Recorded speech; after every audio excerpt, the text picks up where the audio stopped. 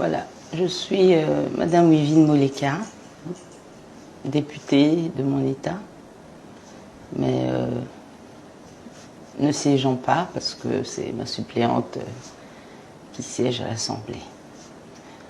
Voilà, j'aimerais revenir sur la vidéo qui a circulé, qui est devenue virale, d'une dame qui répond au prénom de Mati, Mayela. Voilà, il y a une semaine, le 12 août, dans la soirée, j'ai été contactée par les services de la présidence pour me dire il y a une dame ici à la présidence qui prétend être de votre famille et qui dit ce qu'elle a eu à dire là-bas. Alors, j'ai demandé comment s'appelle-t-elle. On m'a dit Mati. Sur le coup, je ne me souvenais plus très bien parce que effectivement, elle est membre de la famille, mais c'est pas quelqu'un que j'ai l'habitude de fréquenter, vu qu'elle elle vit à Londres depuis plusieurs années et elle est beaucoup plus jeune que moi d'ailleurs. Donc on m'a envoyé une photo d'elle et je l'ai identifiée. J'ai dit effectivement, elle fait partie de la famille. J'ai expliqué un peu le lien d'apparentement. Ensuite, le lendemain, les services me rappelleront encore pour dire que, voilà, elle a été relâchée hier, mais il faudrait vraiment la faire soigner parce que ce qu'elle a raconté, on a eu l'impression d'être vraiment dans un film. Il faudrait vraiment prévenir la famille qu'elle doit se faire soigner. Et d'ailleurs, nous attendons le rapport du psychiatre qui l'a examiné. Donc, quand j'ai appris ça, j'ai appelé ma grande sœur, Yamado, qui, elle, peut faire le relais avec la famille, vu qu'elle est en contact avec cette branche-là de la famille. Et elle appellera donc la petite sœur de Mati, Luisette, pour lui expliquer le cas et lui dire qu'elle a certainement des problèmes de santé, il va falloir qu'elle rentre à Londres. Voilà. Bon, moi, c'est Amado, la grande sœur de Wivine. Quand Wivine m'a appelé pour me tenir au courant que Mati était à l'OUA, j'ai dit, bon, ok, je vais appeler Luisette, la sœur de Mati qui habite à Londres, pour la tenir informée. J'ai appelé Luisette, je lui ai dit ce qui se passait. Luisette a été très étonnée.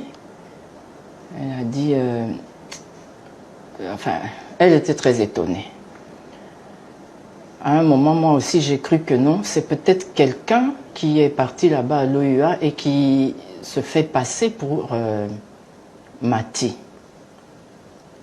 Alors, je dis à Wivine, je dis, en tout cas, Luisette est très étonnée que Mati... aille se présenter là-bas, raconter des histoires. En tout cas, ça l'étonne beaucoup. À ce moment-là, Wivine a rappelé les services. Non, tu as eu Mati toi-même. Moi, en tout cas, j'ai rappelé quand toi-même tu m'as dit que tu l'as eu et qu'elle semble normale voilà. Et ne reconnaît pas spécialement. Oui. On ne parle pas d'avoir été là-bas. Oui, parce que Luisette m'a dit, elle vient d'avoir Mati. Mati est tout à fait normale, comme elle parle d'habitude, parce qu'elles s'appellent pratiquement tous les jours, elles font des prières ensemble et tout. Leur sœur est tout à fait normale. D'ailleurs, Yamado, tu as son numéro? Moi, j'ai dit, oui, j'ai le numéro de Mati. Appelle-la, je viens juste de parler avec elle. J'ai appelé, j'ai eu Mati. Mati me dit, oh Yamado, je comprends pas, nazo comprendre makambangote. Je viens juste de rentrer des courses, mais je vais te rappeler tout à l'heure. Moi, je dis, ok, ça va. Bon, et puis elle m'a plus rappelé, mais quand j'ai parlé avec elle, c'était tout à fait normal. Donc, je ne l'ai pas rappelé non plus, je l'ai trouvé normal. Et ça s'est arrêté là. À ce moment-là, donc, comme j'ai dit, on doutait un peu, et Luisette a douté, moi aussi j'ai commencé à douter. Je me dis, peut-être c'est quelqu'un qui se fait passer pour Mati. J'appelle Wivine, je lui tiens informé. Et c'est après ça que Wivine m'a rappelé qu'elle m'a envoyé une vidéo. Donc la grande sœur m'a rappelé en me disant qu'elle doute fort que ce soit elle parce que elle a parlé avec elle, elle semblait normale, et que sa petite sœur de Londres a également parlé avec elle, elle semblait normale. Ce qui a fait que je suis revenue vers les services de la présidence qui m'avaient contacté pour leur dire, en tout cas, et sa sœur et ma grande sœur qui ont parlé avec elle semblent douter que ce ne soit pas elle.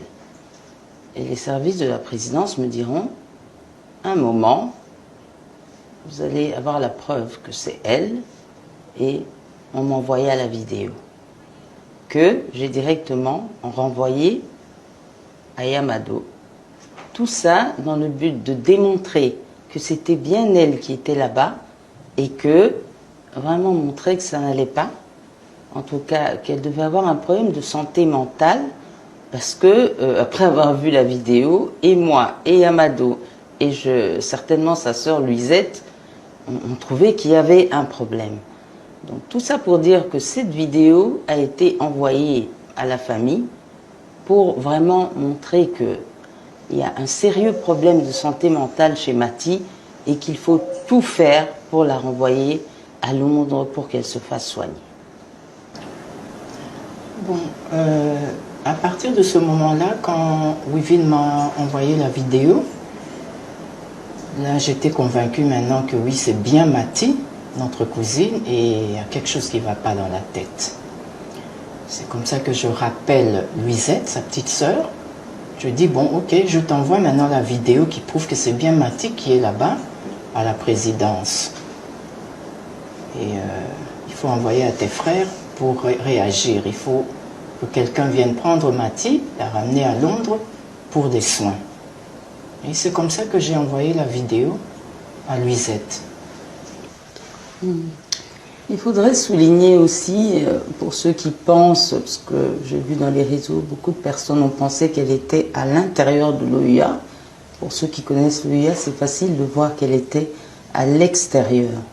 Et d'ailleurs, je tiens à féliciter quand même les services qui lui ont tout d'abord donné une chaise, parce qu'on l'a trouvée, on l'a filmée, elle était assise, et elle a été extrêmement bien traitée, et une fois encore, cette vidéo était uniquement dans le but d'alerter la famille sur la santé mentale de Madame Mathie qui se dégradait. Mais malheureusement, moi j'ai envoyé à ma grande sœur, qui a envoyé aux membres de famille qui, eux, par mégarde ou à l'extérieur, les membres de famille à l'extérieur, qui eux, par mégarde ou, je sais pas, ont dû peut-être certainement envoyer ça à d'autres personnes, et il y a certainement eu des personnes mal intentionnées qui ont voulu prendre ça pour nuire. Et j'en profiterai pour lancer quand même un appel à tout un chacun de savoir utiliser les réseaux sociaux. Parce que vous savez que le pays traverse une période cruciale, une période assez grave. Et je ne pense pas que c'est le moment que nous tous nous puissions être dans la distraction. Sachons utiliser les réseaux sociaux à bon escient. Sachons utiliser les réseaux sociaux de manière positive, pour construire, pas pour détruire. Parce que dans le cas d'espèce, vous voyez que c'est une personne malade mentalement. Donc, plutôt que de penser à ce que cette personne se fasse soigner, nous nous éloignons de ça et nous sommes maintenant dans la distraction totale.